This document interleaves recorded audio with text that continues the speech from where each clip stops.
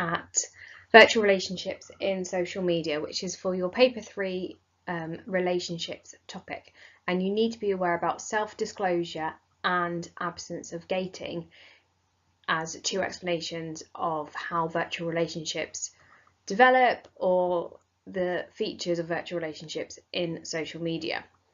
So a virtual relationship is a relationship that is conducted online rather than face-to-face, and it can be over different social media platforms such as Facebook, Instagram, or over dating sites. So self-disclosure is when individuals reveal different information about themselves. Now, typically, we reveal different levels of information to different people, and we often edit ourselves if we are presenting information within the public domain. Now, on social media and on the internet, people might disclose more than they would in face-to-face interactions due to the anonymity that is offered during self-disclosure. So on the internet, it is likely that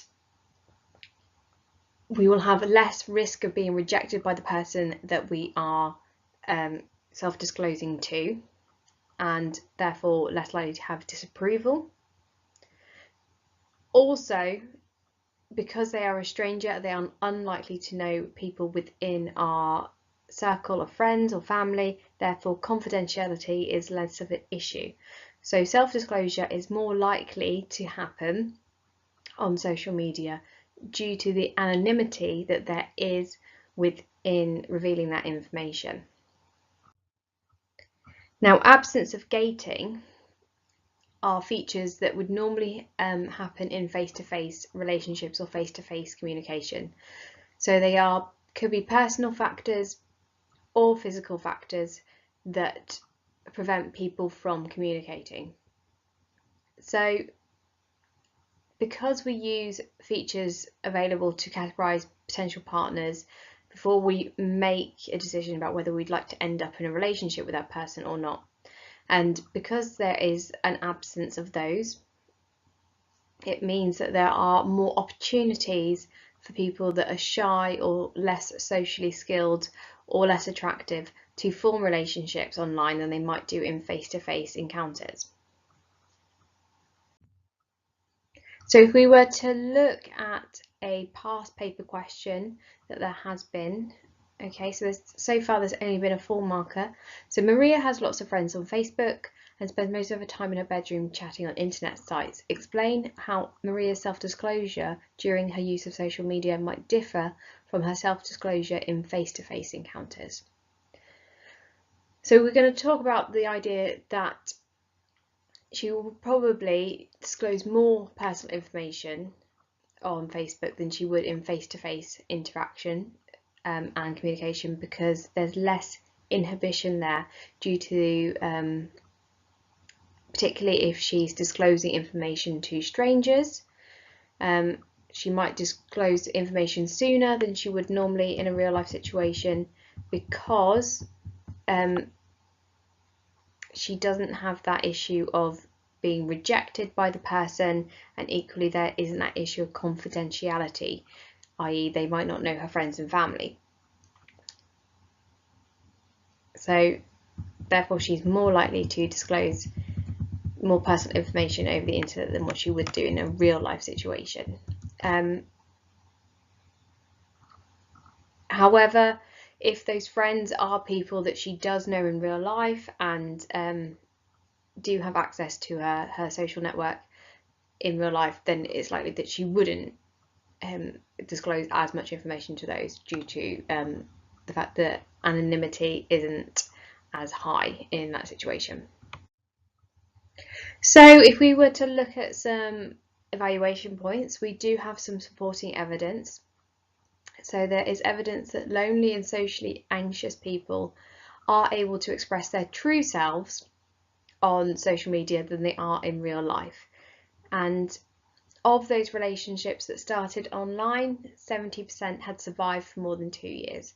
So this shows the idea that social media and virtual relationships will lead to successful relationships, especially for those that are lonely or socially anxious. That might be because they have that absence of gating. However, we have some contradictory evidence. So it's not going to be the same for all social media. It depends on the site that is being used. So people disclose more in their Facebook status updates compared to completing an online e-commerce web form. So when they considered the information to be private, i.e. on their own personal Facebook account, they were more likely to reveal information as opposed to something that they didn't consider to be private, so an e-commerce web form, thought that could be shared with other people. So it's dependent on the nature of the site.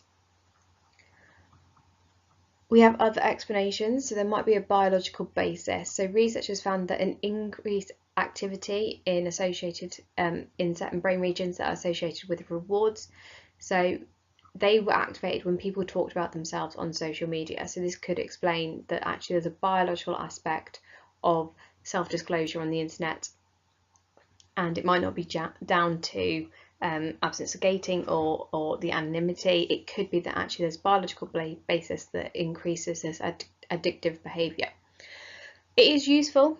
So people with internet access were more likely to be partnered even after controlling for other variables. Those with internet access were twice as more likely to have a partner compared to those without internet access.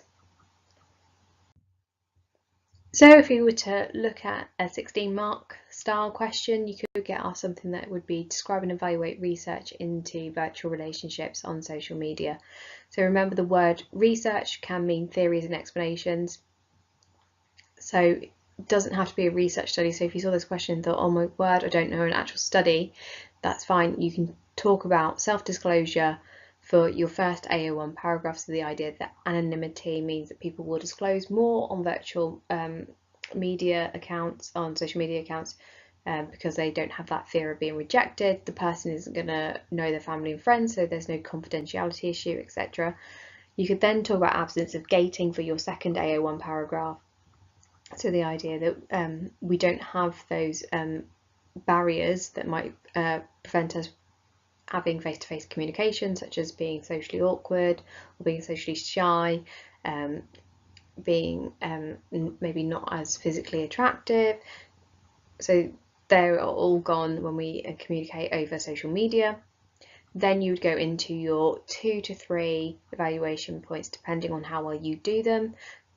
Try to make it really clear to the examiner that you've started your evaluation point. So those lead sentences are important. So a strength of, a weakness of, a problem with. Then provide some evidence to back up your point and try to explain to the examiner that you understand why that is a strength or a weakness. So why is it a good thing that you have supporting evidence? What does that demonstrate? What is that showing? How does that support the theory that self-disclosure and absence of gating leads to virtual relationships?